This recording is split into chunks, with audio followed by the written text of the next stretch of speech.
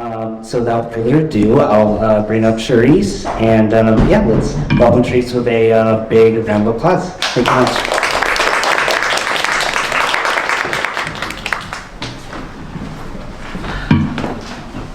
Great, hello. Thanks everyone for being here this evening. I want to give a special thank you to, of course, the Detroit Justice Center for having me as their artist in residence. It's been a really wonderful experience, a really great year being able to think through these huge ideas and work on the writings that I'm going to share this evening. I will start by just briefly kind of explaining a little bit about the project. I think the question of the artist in residence is always like, what does an abolitionist world look like for you?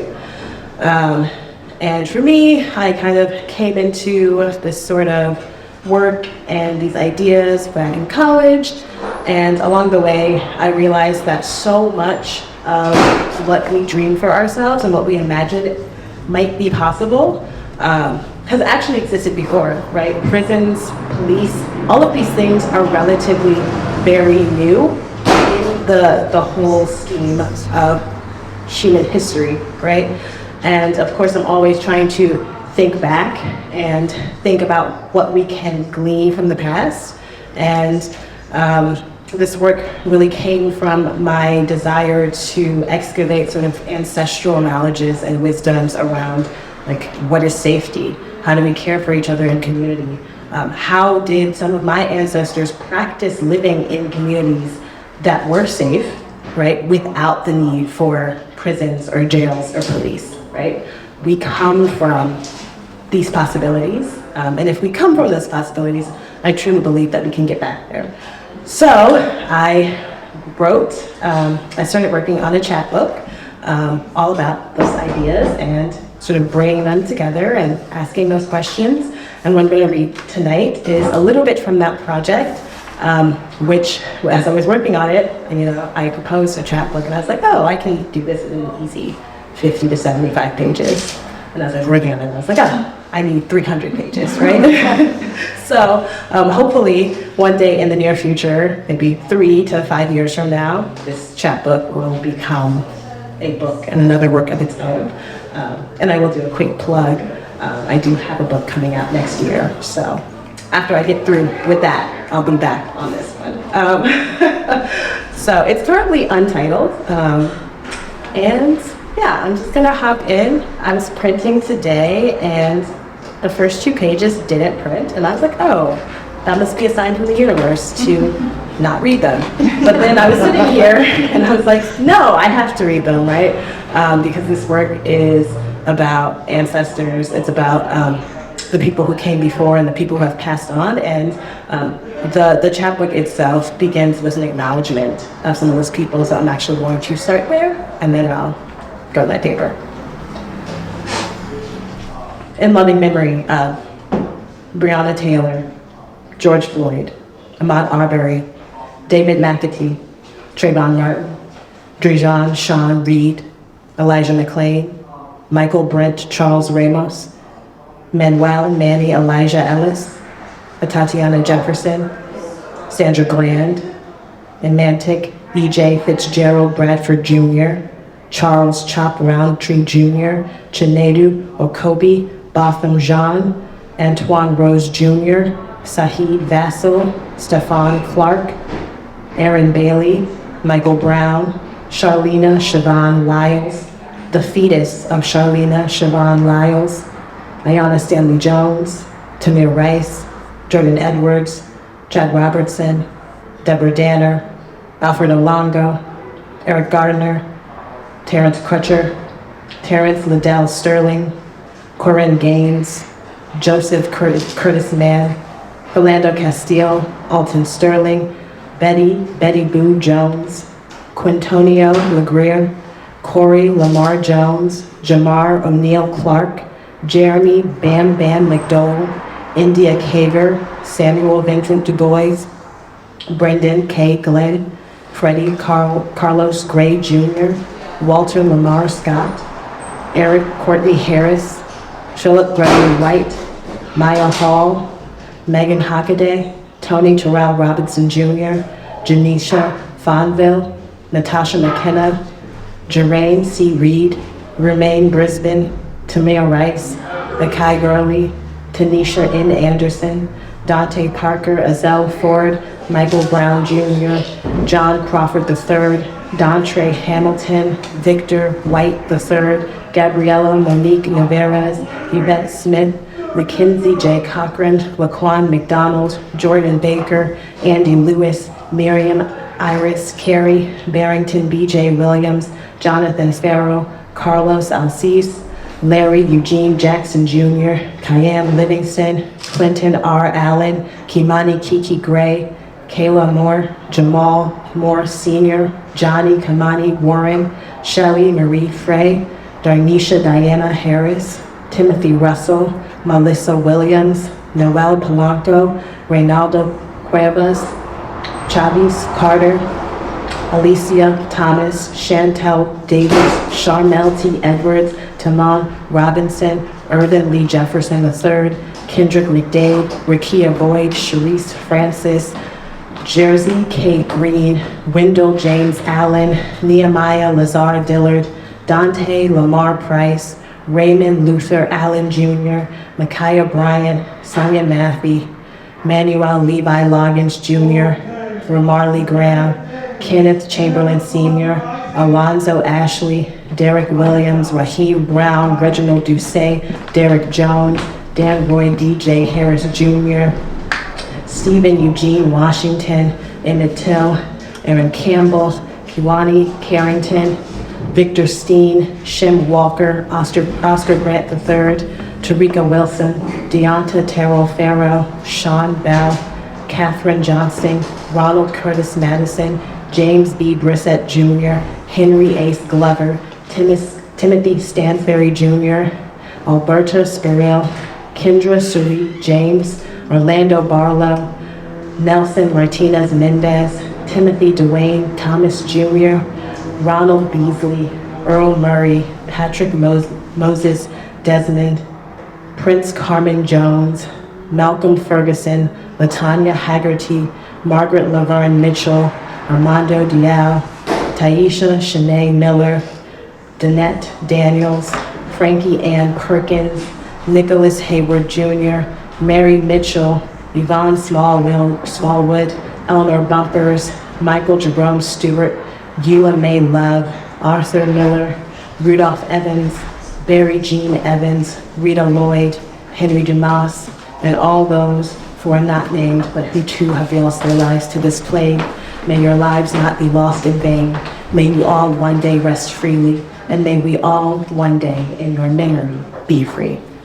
Thank you. So at this moment, I would normally pour a libation. I don't have my things, but I would normally pour a little water just to honor and uplift those folks.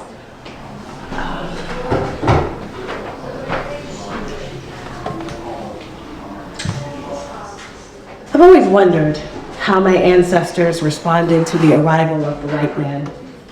How had they received this other, the strangers who would go on to make them others in strange lands with strange names and funny words and odd practices and aspirations? Had they willingly opened their arms to this stranger with strange face paint and strange clothes and strange ambitions? Did they meet this strangeness where it was, with open expressions and kindness? Was their skepticism crouched between gestures of welcome and inquiry, a wave, a head nod, a furrowed brow, or pursed lips? How did they greet strangeness? And was there any fear? Were they afraid before they knew what they had to be afraid of? When I say the white man, I don't just mean white men, but instead the archetype of imperial ambition, this longing for possession and conquest and control that cast itself across European civilization as shadows of the sort of violence and domination that would become characteristic of the Western mindset. In that longing for possession lives an unrelenting desire for order, categorization, lawfulness, the idea that one must flatten, compartmentalize, or fracture something to wrap their minds around it. There is this impulse to control, to dominate, to garner this control through fear rather than reverence or mutual respect. acting on behalf of nations, institutions, and ideals that sought to conquer through fracture. These men were stripped of their own humanity in their quest to strip others of theirs. When colonizers encountered those whom they would brand as savages, as others, as resources to control, they themselves became others, acting as savages. There was no order or lawfulness to their means of establishing what they believed was law and order and providence divine. There was no mutual respect, no human kinship, no empathy or desire to understand. There was only violence, intimidation, deception, fear. Anyone, regardless of identity, can exhibit this impulse to control and dominate, to possess and confine, to fracture. This inclination is the bedrock of the structures and institutions of the world as we understand it today. It is etched across the surface of every aspect of this society. And behind the facade of orderliness and discipline, civility, lies an imperative to create and maintain fear. The fear which these systems of violence and dispossession stand on. I think of the Native Americans who helped early colonists survive, only to be passed disease blankets, to be dispossessed on their own lands, rounded up like cattle and placed on reservations to be reschooled under the guise of advancement. Why had they not just let those others die? If they knew then what they know now, would they have chosen differently? I've often wondered how people indigenous to Africa or the Americas had fallen into the traps of conquest and conquer that would strangle them and their descendants for centuries to come. Why had they opened their doors to this destruction that would follow these first encounters? And had they greeted these strangers? How did they imagine these visitations would end? Why hadn't war or domination been their first strategy? Was it the weapons or intimidation that enticed them into listening to the promises and offers of strangers from strange lands with strange values and ideas? Was it deception and false promises? I'll never be a fly on the wall. I'll never witness these moments. I'll never see inside the mind's eyes of these ancestors who court their audience with them to ponder the why and how and what of it all. But in these solemn contemplations of how the world has come to be, I am reminded by disembodied whispers, we do not come from ecologies of fear. This is not our nature. This is learned behavior. We have, over time and centuries and traumas, been conditioned to accept, embrace, and believe in these systems steeped in fear and violence. We have learned to carry this fear and violence forward and bleed it into others as it has been bled into us. But this is not where we come from, or what, or who. I won't spend too much more time speculating on the legend of these ancestors, how they lived or what they believed, but I can linger here in this query of those first encounters and the one wisdom I have gleaned, that all those generations ago, when we were free, we were not afraid. We do not come from ecologies of fear. We do not come from closed doors suspecting strangers. We do not come from jumping first to our defenses. We do not come from distrust. We do not come from refusing to listen or hear. We are born trusting everything around us. It is perhaps our most human nature to open, to be sometimes too open for our own good. It is our nature to yearn for embrace and reciprocity of love. We are born trusting, or at least wanting to be able to trust. We are born believing in the best intentions and the most fruitful outcomes. So why then would we not embrace a stranger? Why would we not welcome or at least entertain the unknown? Why would we see strangeness as anything other than newness? Why would we fear what we did not know if we never feared where we came from? Why would we not invite each encounter as an opportunity, an opening rather than a trap? What I do know is that many of these ancestors existed beyond the constructs and limitations that have shackled my own imagination. That many of them existed beyond the purviews of carceral ideologies, that many of them lived without ever knowing or encountering any such thing as police officers, prisons, or jails, and that they had their own unique concepts and frameworks of justice, safety, and security. I know these ancestors existed in lineages predating the fear and longing we would come to know of the world as it exists today. That they existed with a sort of freedom I have never known, and that I come from a constellation of cosmological and ontological understandings that centered every individual's well-being as a collective responsibility, and greeted everyone with empathy, respect, and affirmation. I come from people who were not taught to fear what they did not know. The modern carceral system is steeped in a continuation of this sort of violence, fear, and dispossession that has warped the Western mindset. When I talk about a future without prisons, without police, I'm often met with the same question. How could that ever be in a world where people enact harm and violence on one another all the time? I understand the notion of busting open the prison doors tomorrow and dismantling police forces seems impossible, and that's because it is. That's not what I envision at all. As Angela Davis reminds us, quote, abolition is not primarily a negative strategy. It's not primarily about dismantling or getting rid of. It's about re-envisioning. It's about building anew. We must see beyond the trees to take in the immensity of the forest. We cannot focus on tearing down the physical prison when we must first dismantle the myriad ideological chains and repair the enduring cycles of inherited and intergenerational trauma that perpetuate and necessitate the very existence of the physical prison.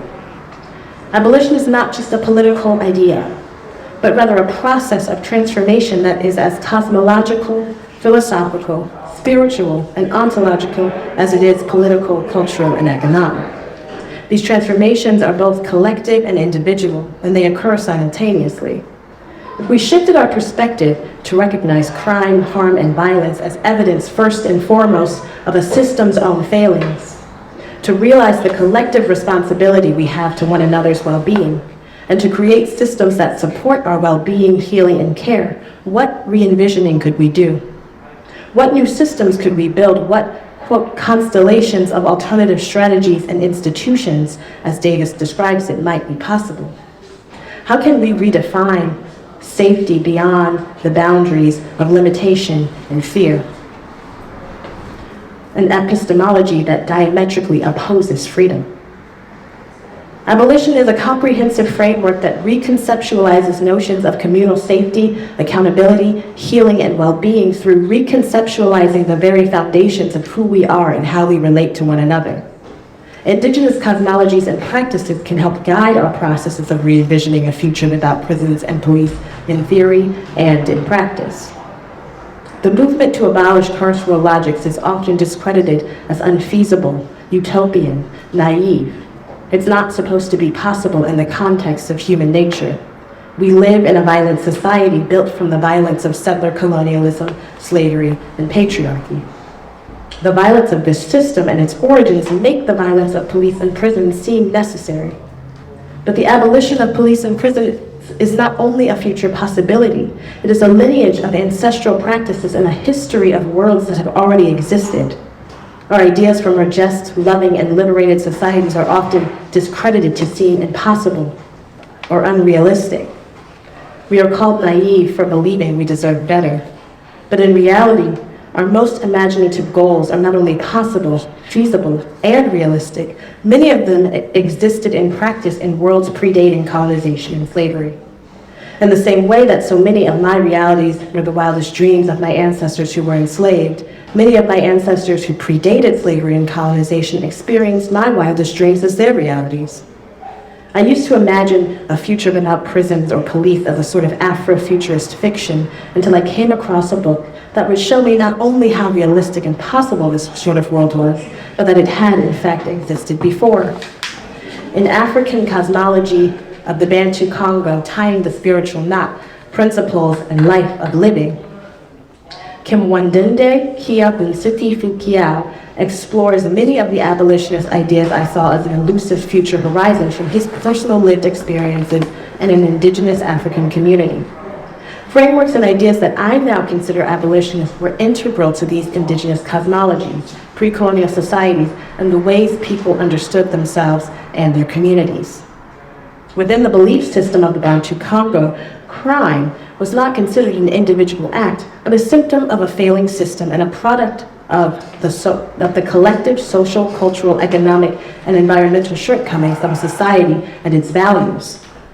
Fukuyama describes his earliest understandings of his community's indigenous cosmologies and the ways they shaped his daily reality. Quote, "I grew up in a village of at least 1,000 inhabitants. There was not a single policeman. The jail was unknown. There was no secret agent, i.e. people's watchdog. It did not have a bureau of investigation, no sentry to watch over people's goods. Everyone felt responsible for everyone else in the community and its neighborhood. When a community member suffered, it was the community as a whole who suffered." These indigenous perspectives viewed violence and harm as the consequence of larger issues and crime as a product of a deeply flawed and inadequate society and its systems. They were able to exist without the presence of prisons or police by integrating systems of collective care into their communities which address the root cause of any potential transgressions. Our current carceral system places the impetus on crime on the individual. The indigenous ancestral cosmologies of the Bantu Congo accepted collective responsibility for crimes committed as evidence of a failure in how their society cares for and affirmed the well-being of the individuals who committed the crimes. These indigenous perspectives position crime as a response to and a result of systemic inequity, structural violence, and ideological frameworks of exploitation and dispossession. And Fukuyama describes crime from the perspective of the Bantu Congo as something that, quote, "is possible to eradicate from human society," end quote. All right, I'll take a breath. So, between that and this, there's some more dense theory. But I'm gonna jump back to like a more personal essay and think through some of these ideas as I was thinking through them before I even realized I was thinking through them. We lock our doors, but a lock can be broken, can be torn down with an axe or a ram shot through. A lock is but a lock and nothing more at all. I don't come from locked doors. And because of that, I never locked my door. I had never been conditioned to internalize this desire to keep others out, this fear driven by self-preservation. And this drove my first-year college roommate crazy. She was so confused by my nonchalant attitude. She just couldn't understand why I didn't care. She could not fathom my lack of caution, of fear. She was taught to feel threatened and worried and fearful about these things. I suppose I was taught the same, but to feel so about different things. I was not afraid of the unnamed masked legend of the perpetrator. I was not afraid of the 1 in a couple thousand intruder. I was, however, terrified by the university DPS officers who I had to call every time I left my key inside my room and came back to find she locked me out. I was terrified when they showed up at my door one Friday night when I hosted a party. I was terrified that one time a DPS officer would not allow me to enter my dorm building behind him without first showing him my student ID. The sight of my ID card alone wasn't enough. The officer made me walk back through the door and swipe it just to ensure I had access to the building. I was terrified as I crossed paths by happenstance with Ray Kelly, the longest serving commissioner of the NYPD, on his way to a lecture at my school. These things did not scare my roommate, but she was terrified of the prospect of an intruder who never appeared.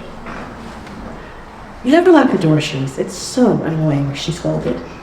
"Naive," she called it.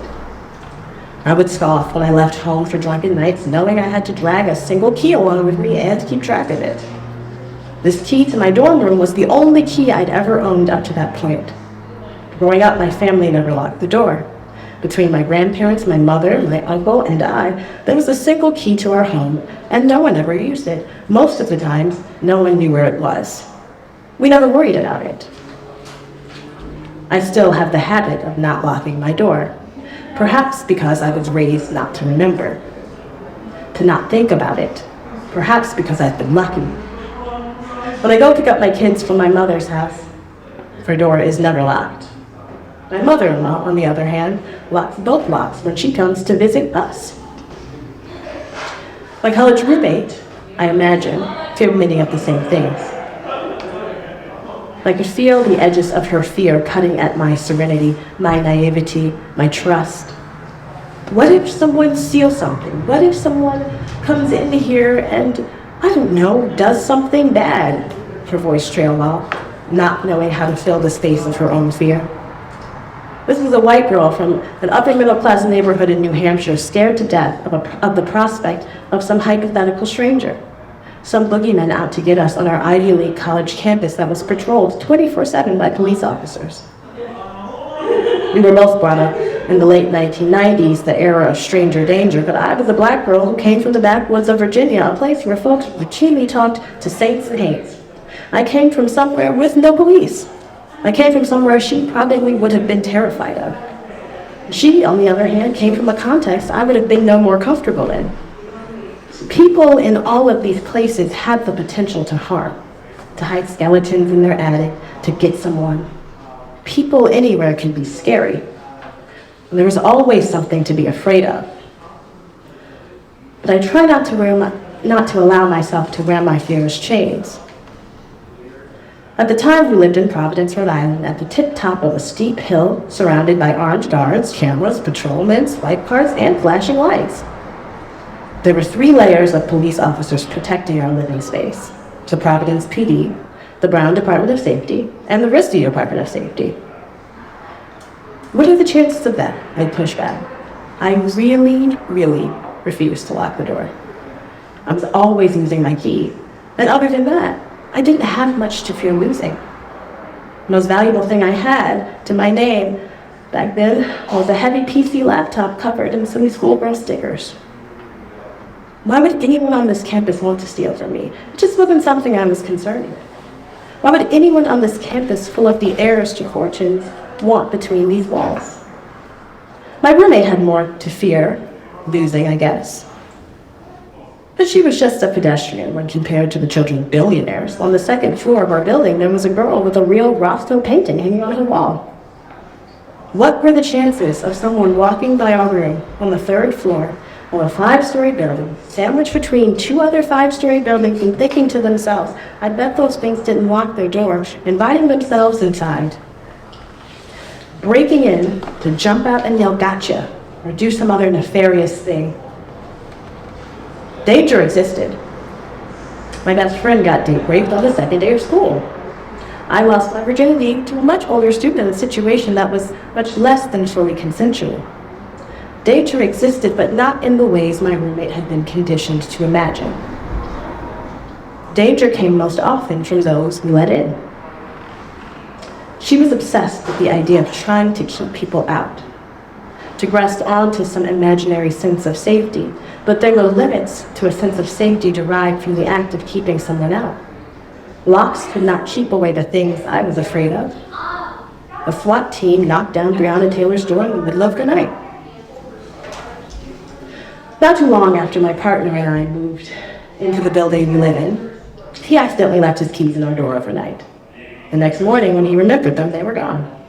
The previous tenant had installed a ring camera that was still working at the time, so we looked at the footage.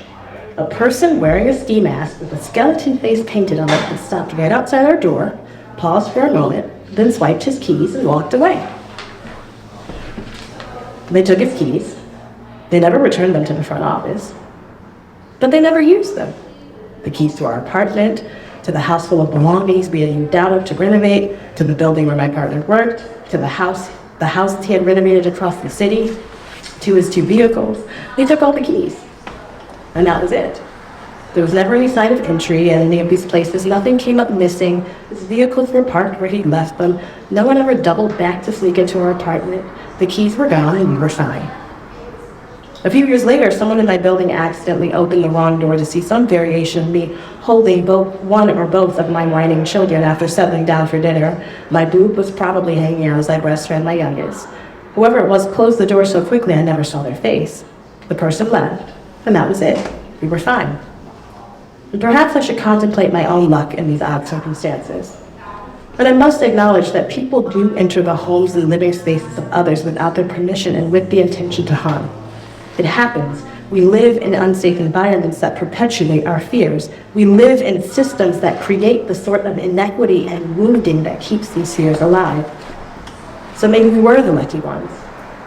We had tested fate, and nothing came of it. I have more to worry about now than I did back in college. Expensive objects, envelopes with stashes of cash, living, breathing children.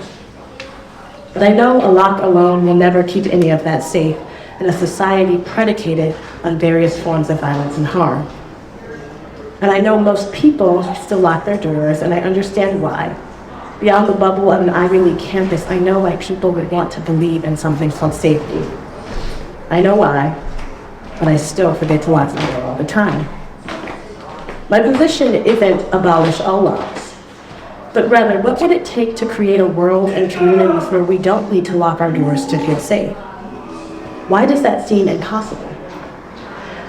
Where we are not worried about keeping other people out, where the cycles of violence and lack that create the actions which motivate these often unfounded and sometimes realized fears are disrupted and discontinued. What would it take to build a safe place beyond our own four walls? The other day, as my mother-in-law left the building, she called me. The police are walking through the building. They're checking in all the laundry rooms. They're looking for someone. Make sure you lock your doors, she whispered. Oh, okay, I replied, knowing the door was probably not locked and not worrying about checking it. I wasn't worried about the stranger. And we were fine. I'm taking another breath. I'm also going to pause for some water before I get into the next piece. So, 1 second.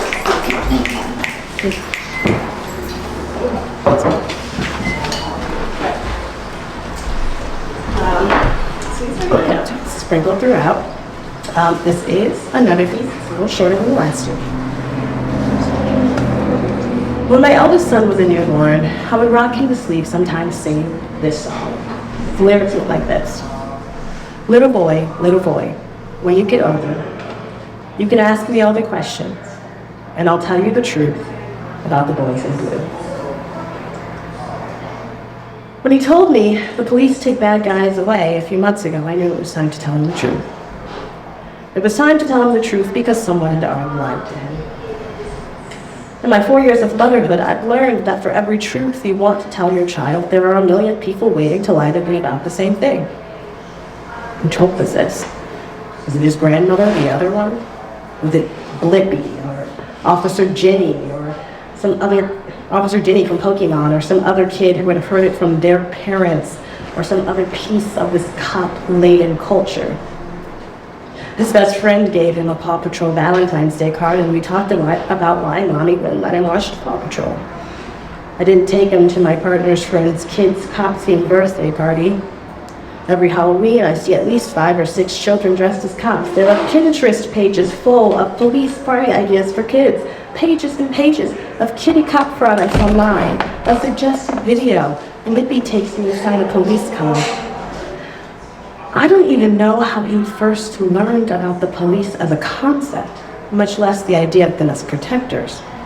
See, despite my making it a point to never mention them to him, to never allow anyone to give to anything remotely cop-related, to immediately turn off any kids' programming that ever mentioned the police, I could not keep the idea of them away from him. Before he was 2 years old, he knew what a cop car was. I could not protect him from the lie. But I had to protect him with the truth, the messy, nuanced, complicated, difficult truth. I racked my mind, wondering how the society I had worked so hard to protect him from had already invaded his imagination.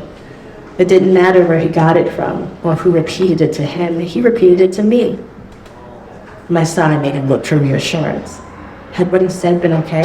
Would I confirm this information he'd shared with me? Sometimes, I say. And it's not that simple. He wants to know what I mean. Then we talk. We talk about what he thought about the cops, what other people said, how they were supposed to function in theory, how they actually function, and what they do sometimes. And I told him the truth, that nothing is as simple as others will make it seem. That sometimes the police take people away.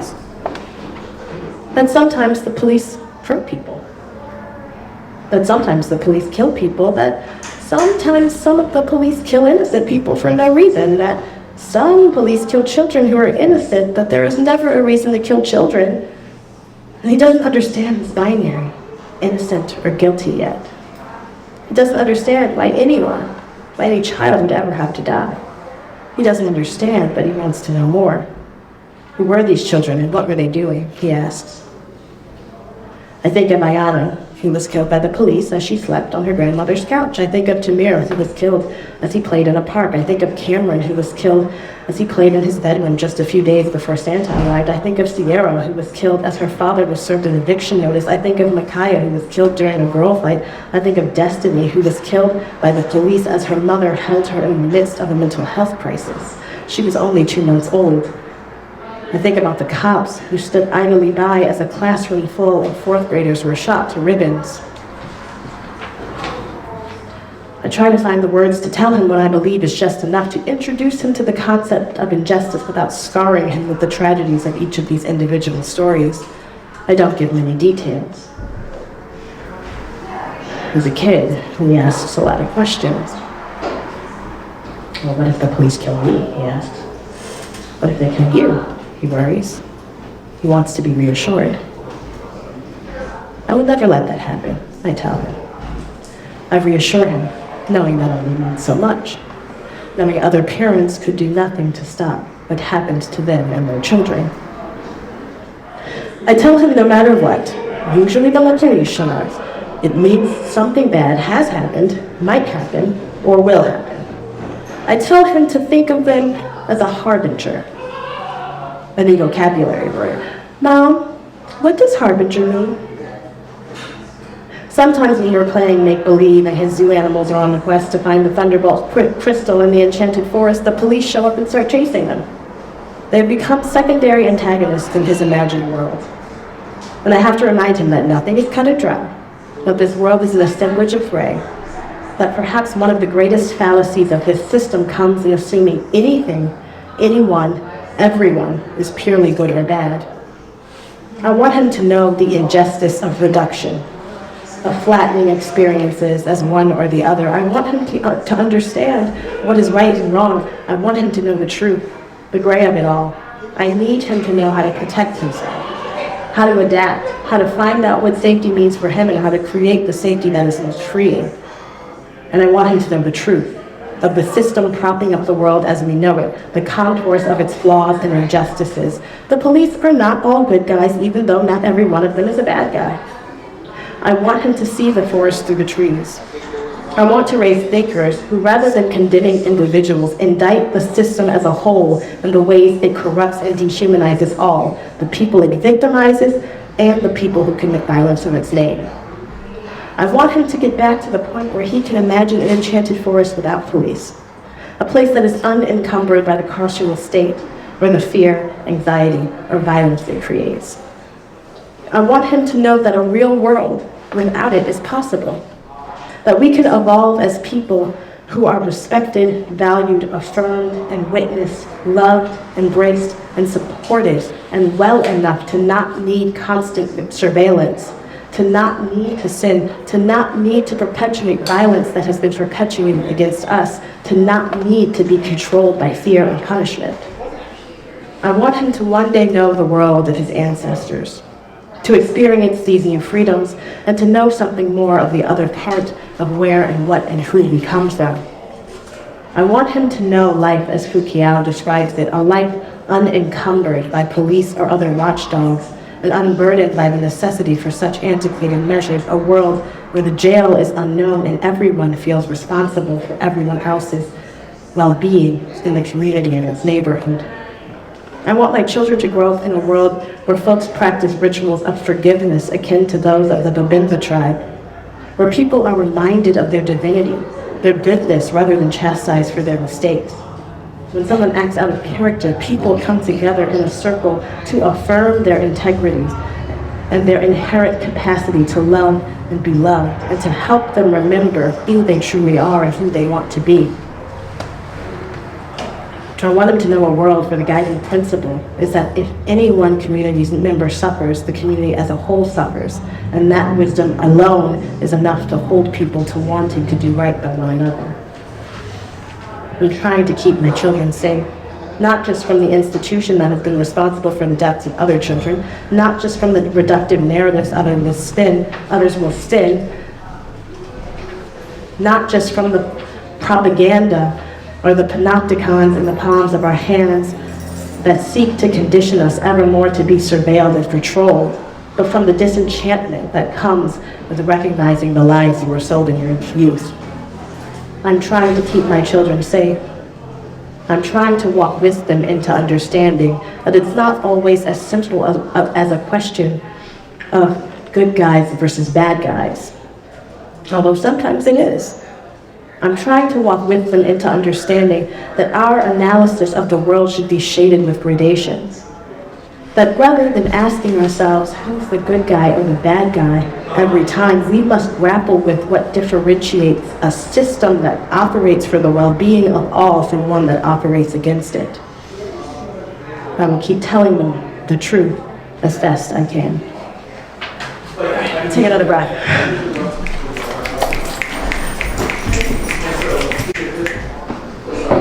I have just one more piece to share this evening. We're kind of hopping around, but I hope you're getting a feel for some of the things that I'm thinking through in this work. That's my last piece of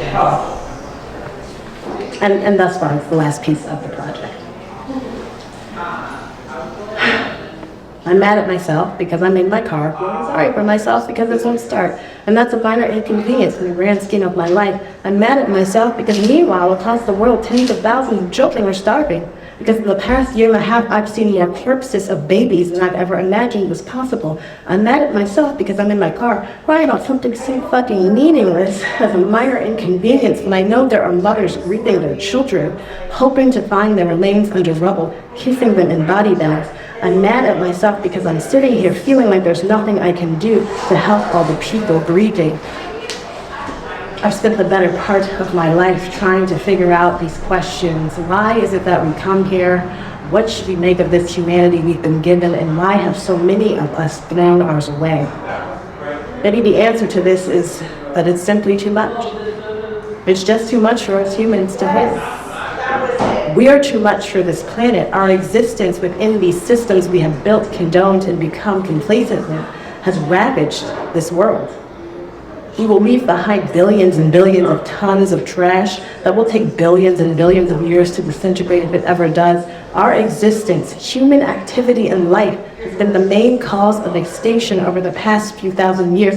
It's no wonder then how humans throughout their short and torrid history have so willingly and gleefully participated in the extinction of one another. There is no way to begin to measure the heartache that has seeped into this ground so many people have walked and died for, have been killed on, or for, or in pursuit of. So I'm in my fucking car, my own personal pollution station, asking this invisible force what we've come to call God, what's good? I'm questioning these gods we've relinquished our control to, hoping they have the answers, knowing they will not. What's the point of any of this? Why are any of us here? Why do we come here to do these things to hurt ourselves and one another? This is the question we've been mulling over since we first came to consciousness. Why? How did it come to be, and why do we keep doing it? My mother tells me that when I was a small child, probably 3 or 4, sometimes she would find me crying. Of course she would ask, what happened? And what's the matter? To which I would reply, nothing. I would tell her I was crying because I was sad about the world. I would tell her I was crying because the world is such a sad place, because so many bad things happen to good people. When I became of age, I decided there must be no such thing as God, because I did not understand how any God would allow such gruesome histories to unfold. I did not understand how any God would allow humans to be, at times, so gruesomely human. And over the years, and books that sadness grew into fury, anger, I was mad because I had a right to be and a reason, and because this world, or rather the systems of this world as we allow them to exist, kept giving me reasons to be mad. So I'm not mad about the fucking car I'm sitting in with nothing to do waiting for a tow truck. No, I'm sitting in my car mad because I am forced to reckon with the weights I've been attempting to ignore. It's about the feeling of immobility, the oppressive nature of stuckness, the frustration that builds from the inescapable inability to do something, anything, about everything. I'm mad because those children are starving. I'm mad because so many children have been killed, not just right now, but forever. I'm mad because they all deserve and deserved so much better. I'm mad because so many bad things happen to such good people. I'm mad because we exist. And I'm mad because for as long as we have been plagued by this violence. I'm mad because the nature of life dictates that there will always be some issue. There will always be something more to long for. We will always experience some form of pain or frustration. I'm mad because there will always be some problem. So I'm mad.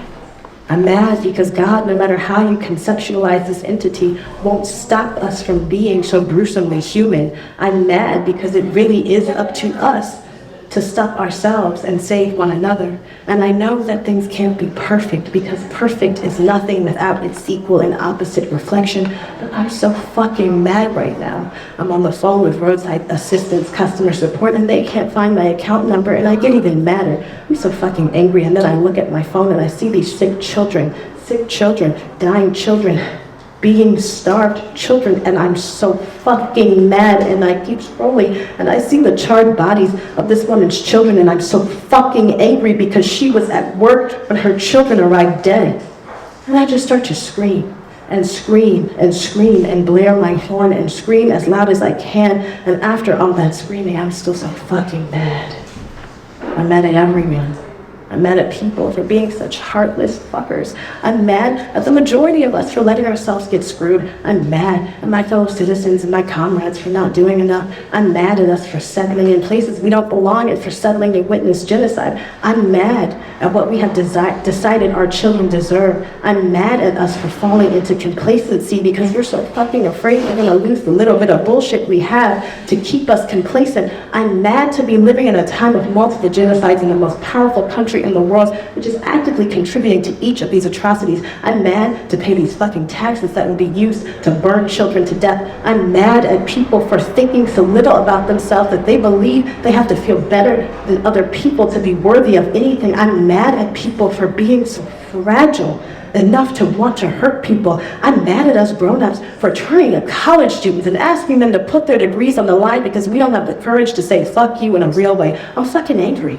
I'm mad. I'm so fucking mad, and I think about all the people before me who have been so fucking mad. This anger is from my ancestors who were mad before I was ever even a notion. I'm so fucking angry for all the people who have died on this land, for this land, or because of this land. I'm so fucking angry because I'm stuck in this stupid fucking car, and I'm mad at myself for being mad about something that ultimately in the scheme of life, in the scheme of all history, won't matter at all. How does a book about abolition end with a woman mad in her car? How does a project about Christmas end with someone dismayed over a genocide? We know that prior to October 2023, Gaza was known as the world's largest open-air prison. We know the NYPD, the country's largest police force, once boasted about being the seventh largest army in the world. We know they trained the idea. We know that much of the same capitalist surveillance infrastructure from companies like Palantir is used to wage war abroad and is also used to bolster the domestic carceral state. We know how intersecting and interconnected these gruesomely human systems and structures of violence are. But beyond that lies the true essence of these inquiries.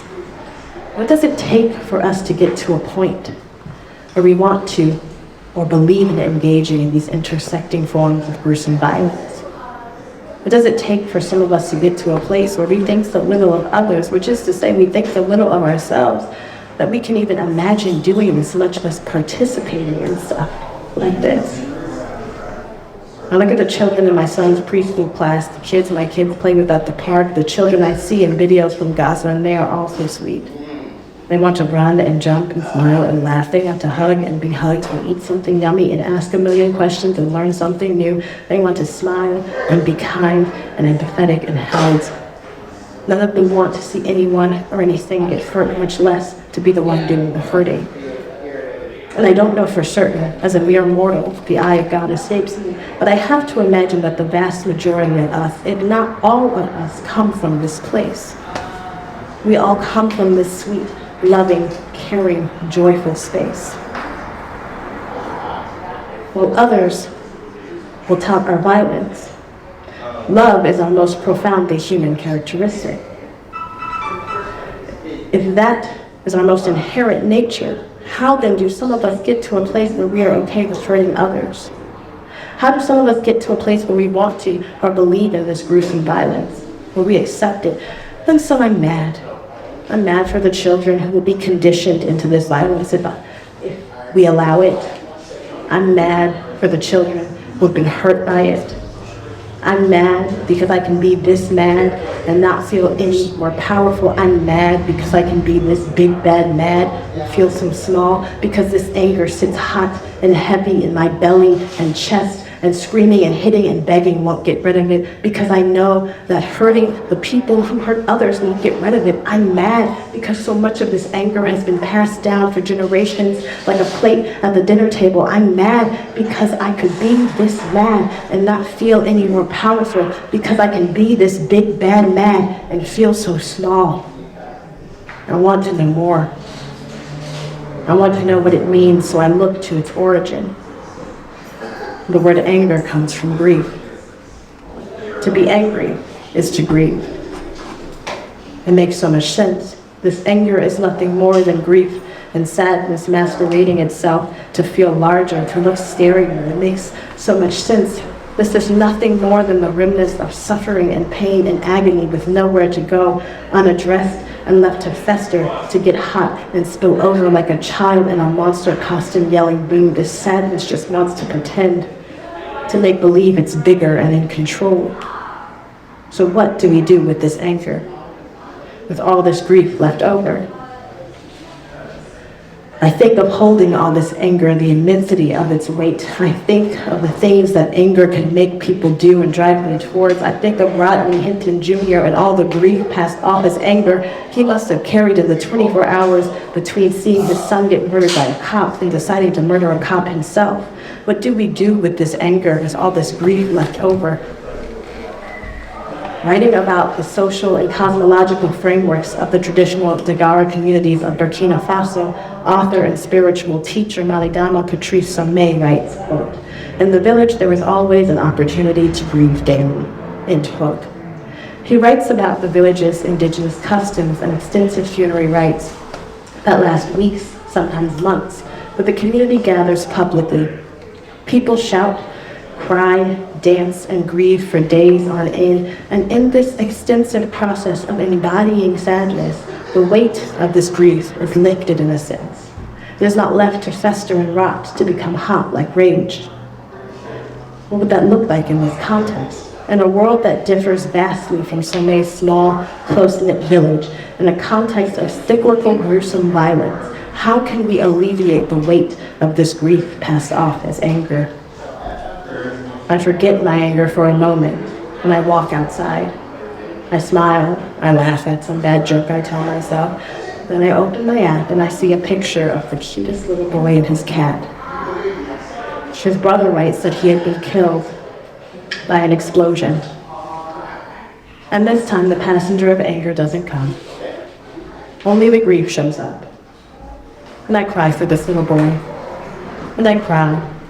And I cry for all the children, and I cry for all the reasons I'm mad, and I mourn humanity. In the comments, there are some Zionists calling for more death, mocking this little boy's memory, questioning his validity. I ask myself if there's a place for everyone in the world as I imagine it. It's a difficult question, and something I struggle with, but ultimately think is necessary to acknowledge. There are some heinous people out there who have learned to hurt other people and who have come to enjoy it. And while I need to empathize with all the many reasons they may have ended up there, I do think there is a point of no return. I think everyone is capable of change if they want to. And I struggle a lot with this as an abolitionist. But ultimately, I do believe most people are redeemable. I believe most people can get back to that sweet and loving place that we all come from. And then I see videos of that one center lady gleefully talking about starving all the Palestinians. And I realize that someone like that will probably never change. She probably doesn't want to. It's a deeply philosophical question, but if one's concept of their own humanity is embedded in a notion of someone else's as less than human, it becomes difficult to overcome. And I struggle with this as a parent. I'm an abolitionist, but at the same time, the idea of someone ever hurting one of my children makes my blood boil, and I have to recognize how difficult an ask it is to imagine any parent forgiving or engaging in a reparative justice process of anyone who hurts their child. In college, at teach-ins, my abolitionist student group were told we'd always get some variation of the same question. What if someone insert gruesome violent act here? What do we do if someone does something heinous and there are no prisons to hide them away in? My comrades would usually tout some ambiguous idea of restorative justice or transformative circles that we were incredibly unprepared to engage in ourselves, and much less to be encouraging others to engage in. But my answer today is different. In my abolitionist future, people don't perpetuate the same sorts of gruesome violence. It's really that simple. Because the systems that rest upon this gruesome violence don't exist. My answer, in the words of Sommet, require, quote, rediscovering a sort of imagination the West only attributes to children and madmen, end quote. I'm not an abolitionist because I believe that someone who has been abused or violated should be forced to engage in a reparative justice process with their abuser. I'm an abolitionist because I believe in the possibility of a world where no one is abused or violated, where these modes of violence die out like species that can no longer survive, where we evolve past the sins of our forefathers and those who have hurt us and commit to the healing work that makes us never want to hurt anyone else in the same way, where we realize how unnecessary so much of the violence that we have become accustomed to is once we move beyond the systems that create and perpetuate it. I'm an abolitionist because I believe that we are capable of better. I'm an abolitionist because I believe in a future without exploitation, without violence, without assault, without neglect. I believe that is possible. Of course, there will always be some issue, but I think we can do better. We should blame the patriarchy for sexual assault as much as any individual, or we should blame structures of economic oppression and exploitation for that as much as any individuals. We should blame a culture that louds guns and promotes images of violence in the media while ignoring the mental health of its citizens from mass shootings as much as any individual. The crimes we fear most are direct consequences of a society that perpetuates violent ideologies and hierarchies. This system and its ideals and the culture it perpetuates are complicit in the crimes it disallows. When we shift our gaze and recognize our collective complicity in creating and upholding the structures that create crime, we recognize our collective responsibility in engendering new versions of the world and abolitionist futures that make systems like prisons and policing obsolete, by making the conditions of the violence of those systems uphold and perpetuate unimaginable. These indigenous cosmologies don't rely on prisons as punitive reaction to harm or the violence of policing to induce a logic of fear. Instead, they emphasized building societal structures that supported the well-being of individuals, so there was no need or desire to perpetuate harm on others or to replicate harm perpetuated on oneself.